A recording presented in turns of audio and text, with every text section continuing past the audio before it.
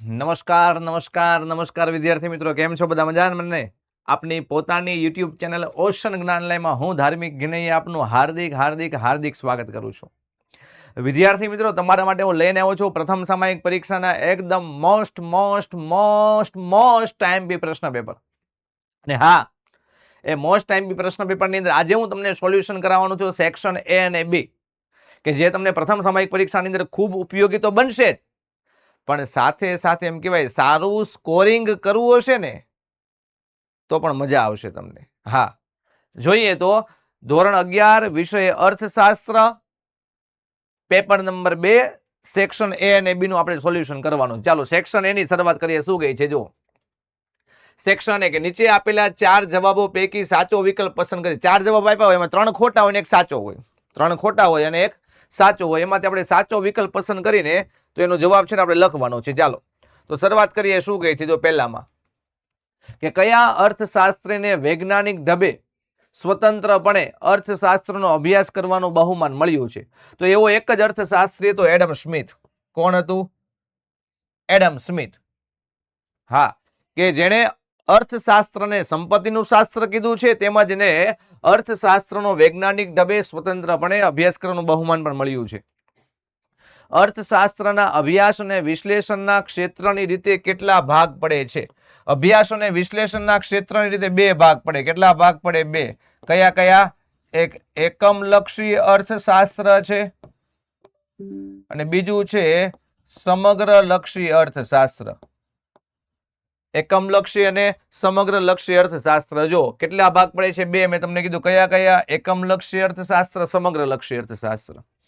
ત્રીજું, નીચેનામાંથી કયો વેપાર ચક્રનો પ્રકાર નથી? તો 3 સાચા આપ્યા છે, 1 ખોટું આપ્યો છે. આકસ્મિક આર્થિક પરિવર્તન, મોસમી આર્થિક પરિવર્તન, દીર્ઘકાલીન આર્થિક પરિવર્તન, અંશતઃ. તો આની અંદર આવશે અંશતઃ આર્થિક પરિવર્તન. જેમ કહેવાય કે વેપાર ચક્રનો પ્રકાર, તો કે નથી. બરોબર, સવાલ વાંચજો, યાદ રાખજો. અહીં 6 લખીને આપ્યો હોય ને 3 ખોટા ને 1 સાચું આપ્યું હોય. હા, પછી ચોથો, માંગના નિયમનો અપવાદ કયો છે? તો માંગના નિયમના આપણને ખબર છે કે 4 અપવાદો છે ટોટલ. કેટલા અપવાદો છે? 4 અપવાદો છે. કયા કયા છે? તો જો તમને કહી દો, અપવાદ કયો છે એ તમને કીધો છે. તો 3 ખોટા હશે. જો હું બોલું છું 4 અપવાદ છે, એમાંથી એક હોય ને તો મને કહેજો. એક પેલો છે પ્રતિષ્ઠા મૂલ્ય ધરાવતી વસ્તુ. તો આમાં આપ્યું છે તો કે નથી આપ્યું. બીજું છે હલકી વસ્તુ. આમાં આપ્યું છે તો કે નથી આપ્યું. ત્રીજું છે અત્યંત સસ્તી વસ્તુ. આપ્યું છે તો કે હા આપ્યું છે. તો અત્યંત સસ્તી વસ્તુ જવાબ આવશે. અને ચોથું છે ગ્રાહકોની પસંદગી. ઓકે, તો 4 માંથી એક આપણને સાચો જવાબ આમાં આપેલો છે. હા, ત્યાર પછી હલકા પ્રકારની વસ્તુ. હમણાં જ મેં કીધું કે માંગના નિયમ ની અપવાદની અંદર 4 અપવાદમાં એક પ્રકાર છે હલકા પ્રકારની વસ્તુ. આ હલકા પ્રકારની વસ્તુ છે ને, એનો ખ્યાલ કોણે વિકસાવ્યો? તો એમાં એક વ્યક્તિ હતા, સર રોબર્ટ ગિફન. તો જો સર રોબર્ટ ગિફન નામના અર્થશાસ્ત્રીએ. ત્યાર પછી માંગની મૂલ્ય સાપેક્ષતા માપવાની કેટલી રીત? જો યાદ રાખજો, તમને માપવાની રીત પૂછે તો 3, માપવાની રીતો પૂછે તો કેટલી છે? 3. પણ તમને પૂછે માંગની મૂલ્ય સાપેક્ષતાના પ્રકારો કેટલા છે? તો પ્રકારો કેટલા છે? 5. માંગની મૂલ્ય સાપેક્ષતા માપવાના પ્રકારો 5 છે. માપવાની રીતો કેટલી છે? 3 છે. કુલ ખર્ચની રીત, ગુણોત્તરની રીત ને ભૌમિતિક રીત. જો 3 રીત છે. હા, પુરવઠા રેખાનો ઢાળ કેવો હોય છે? પુરવઠા રેખાનો ઢાળ બાળકો ધન હોય છે. કેવો હોય છે? ધન. ચાલો, ધન ઢાળ. 8મો, ચોક્કસ સમયે ઉપલબ્ધ સાધનો દ્વારા. અત્યારે તમારી પાસે જેટલા સાધનો ઉપલબ્ધ છે, ચોક્કસ સમયે ઉપલબ્ધ સાધનો દ્વારા જેટલા પ્રમાણમાં વસ્તુઓ અને સેવાઓનું ઉત્પન્ન થાય છે, તેને શું કહે છે? એને કાંઈ ન કહેવાય, એને ઉત્પાદન કહેવાય. એને શું કહેવાય? ઉત્પાદન કહેવાય. તો જો ઉત્પાદન છે આની અંદર ઓપ્શન જોવો તો હા છે ઉત્પાદન, તો ઉત્પાદન આવશે. બહુ સિમ્પલ ને સરળ છે આપણું 11મું ધોરણ. ટેન્શન લેવાનું નથી. હા, આવું મસ્તકડું શીખવું હોય તો આપણે બ્રહ્માસ્ત્ર બેચમાં જોડાઈ જજો, મોઢું ન કરતા. હા, સ્થિર ખર્ચને બીજા કયા ખર્ચ તરીકે ઓળખવામાં આવે છે? સ્થિર ખર્ચ છે તો ઓવરહેડ ખર્ચ.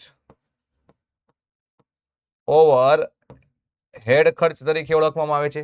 યસ આપ્યું છે ઓવરહેડ કોસ્ટ. ત્યાર પછી સૂત્ર આપ્યું છે, જો સીમાંત ખર્ચનું સૂત્ર છે કે MCN બરાબર TCN માઇનસ TC કાઉન્સમાં N-1.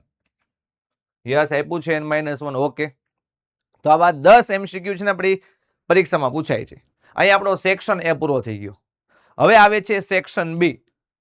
પણ એ પહેલા હજી કહું છું વિદ્યાર્થી મિત્રો, જે વિદ્યાર્થી મિત્રો બ્રહ્માસ્ત્ર બેચમાં જોડાય છે, આખા વર્ષના માત્ર 1999 રૂપિયા છે. એની અંદર તમને ફ્રી આઈએમપી બેચ મળશે, ફ્રી પેપર સોલ્યુશન બેચ મળશે. ધોરણ 11 હોય તો ભલે, ધોરણ 12 હોય તો ભલે, માત્ર ને માત્ર 11મું ધોરણ હોય તો પણ 1999 રૂપિયા છે, 12મું ધોરણ હોય તો પણ 1999 રૂપિયા છે. ફીમાં કોઈ ડિફરન્સ છે નહીં. વધારે માહિતી મેળવવા માટે 70 46 22 22 54 નંબર ઉપર સંપર્ક કરીને મેળવી લેજો. માહિતી યાદ રાખજો. સેક્શન બી, માંગના અભ્યાસમાં વિશ્લેષણનું એકમ કોણ છે? માંગનો અભ્યાસ છે, વિશ્લેષણનું એકમ પૂછે બાળકો તો લખી નાખવાનું માંગ કોના દ્વારા થાય? તો કે બાળકો માંગ થાય ગ્રાહક દ્વારા. કોના દ્વારા થાય? તો કે માંગ છે ને એ ગ્રાહક દ્વારા થાય. કોના દ્વારા? ગ્રાહક દ્વારા. તો ચાલો, કોણ છે? ગ્રાહક. સ્વતંત્ર ચલ કઈ ધરી પર દર્શાવવામાં? સ્વતંત્ર ચલ હોય તો આડી ધરી અથવા OX ધરી, આડી ધરી અથવા OX ધરી. ચાલો, સ્વતંત્ર ચલ આડી ધરી અથવા OX ધરી કોઈ પણ તમે દર્શાવી શકો. માંગ વિધેય શું દર્શાવે છે? તો કે વસ્તુની કિંમત અને વસ્તુની માંગ. તો કે માંગ વિધેય શું કહે છે? જો કે વસ્તુની માંગ અને એને અસર કરતા પરિબળ, એને અસર કરતા કેટલા પરિબળ છે? 2 પરિબળ. આ બંને વચ્ચેના કાર્ય કારણના સંબંધને દર્શાવે છે. યાદ રાખજો, માંગ વિધેય શું દર્શાવે છે? કે વસ્તુની માંગ અને માંગને અસર કરતા જે પરિબળો છે એ બંને વચ્ચેના કાર્ય કારણના તો કે સંબંધને દર્શાવે છે. જો તમારે બાળકો આ સરસ મજાની PDF મેળવવી હોય વિડીયો સોલ્યુશન સાથે, તો સ્કેન કરવાનું છે. કયા વિષયની જોઈએ છે એ વિષયને સ્કેન તમારે કરી લેવાનો છે. અને ક્યાંથી મળશે? તો કે આજે ડાઉનલોડ કરો આપણી ઓશિયન જ્ઞાન લાઈનની એપ્લિકેશન. હા, અને વધારે માહિતી મેળવવા માટે આપણને આપ્યું છે નંબર 70 46 22 22 54. ત્યાર પછી નેક્સ્ટ, માંગનો નિયમ સાચી શરતી નિયમ કહેવાય છે. આપણને ખ્યાલ છે કે પ્રતિષ્ઠા મૂલ્ય ધરાવતી વસ્તુઓ છે, અત્યંત સસ્તી વસ્તુઓ છે, ગિફન વસ્તુઓ છે, હલકા પ્રકારની વસ્તુઓ છે, આ બધી વસ્તુમાં માંગનો નિયમ સાચો નથી પડતો, એટલા માટે શરતી નિયમ કહેવાય. જો કે માંગનો નિયમ શરતી નિયમ કહેવાય કારણ કે પ્રતિષ્ઠા મૂલ્યવાળી વસ્તુઓ, અત્યંત સસ્તી વસ્તુઓ, ગિફન વસ્તુઓમાં માંગના નિયમની ધારણાઓ પરિપૂર્ણ થવા છતાં માંગનો નિયમ લાગુ પડતો નથી. એટલા માટે માંગનો નિયમ કેવો નિયમ કહેવાય છે? શરતી નિયમ કહેવાય છે. પુરવઠાની અનુસૂચિ એટલે શું? તો કે કોઈ એક ઉત્પાદક કે વેપારી કોઈ એક સમયે, એક ઉત્પાદક કે એક વેપારી કોઈ એક સમયે વસ્તુની, વસ્તીની ને વસ્તુની આવશે. શું આવશે? વસ્તુની જુદી જુદી કિંમતે વસ્તુનો કેટલો જથ્થો વેચવાની તૈયારી દર્શાવે. યાદ રાખજો, કોઈ એક ઉત્પાદક કે વેપારી કોઈ એક ઉત્પાદક કે વેપારી કોઈ એક સમયે વસ્તુની જુદી જુદી કિંમતે વસ્તુનો કેટલો જથ્થો વેચવાની તૈયારી દર્શાવે. તે દર્શાવતી યાદીને શું કહે છે? પુરવઠાની અનુસૂચિ કહેવામાં આવે છે. પુરવઠાની શું કહે છે? અનુસૂચિ કહે છે. યાદ રાખજો. રેડી?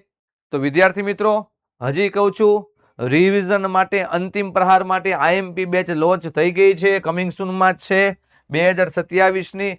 જે પણ કોઈને 2027ની બોર્ડની પરીક્ષા કે વાર્ષિક પરીક્ષાની આઈએમપી બેચમાં જોડાવવું હોય તો અત્યારથી જ આપણી એપ્લિકેશન ડાઉનલોડ કરી લેજો. 70 46 22 22 54 ઉપર સંપર્ક કરી લેજો અને વધારે માહિતી મેળવી લેજો. ઓકે, ફરીવાર વિદ્યાર્થી મિત્રો, તમે અને હું આપણે બધા જ મળીશું એક સાથે. ઓકે, ત્યાં સુધી દરેક વિદ્યાર્થી મિત્રોને જય હિન્દ, જય ભારત, વંદે માતરમ.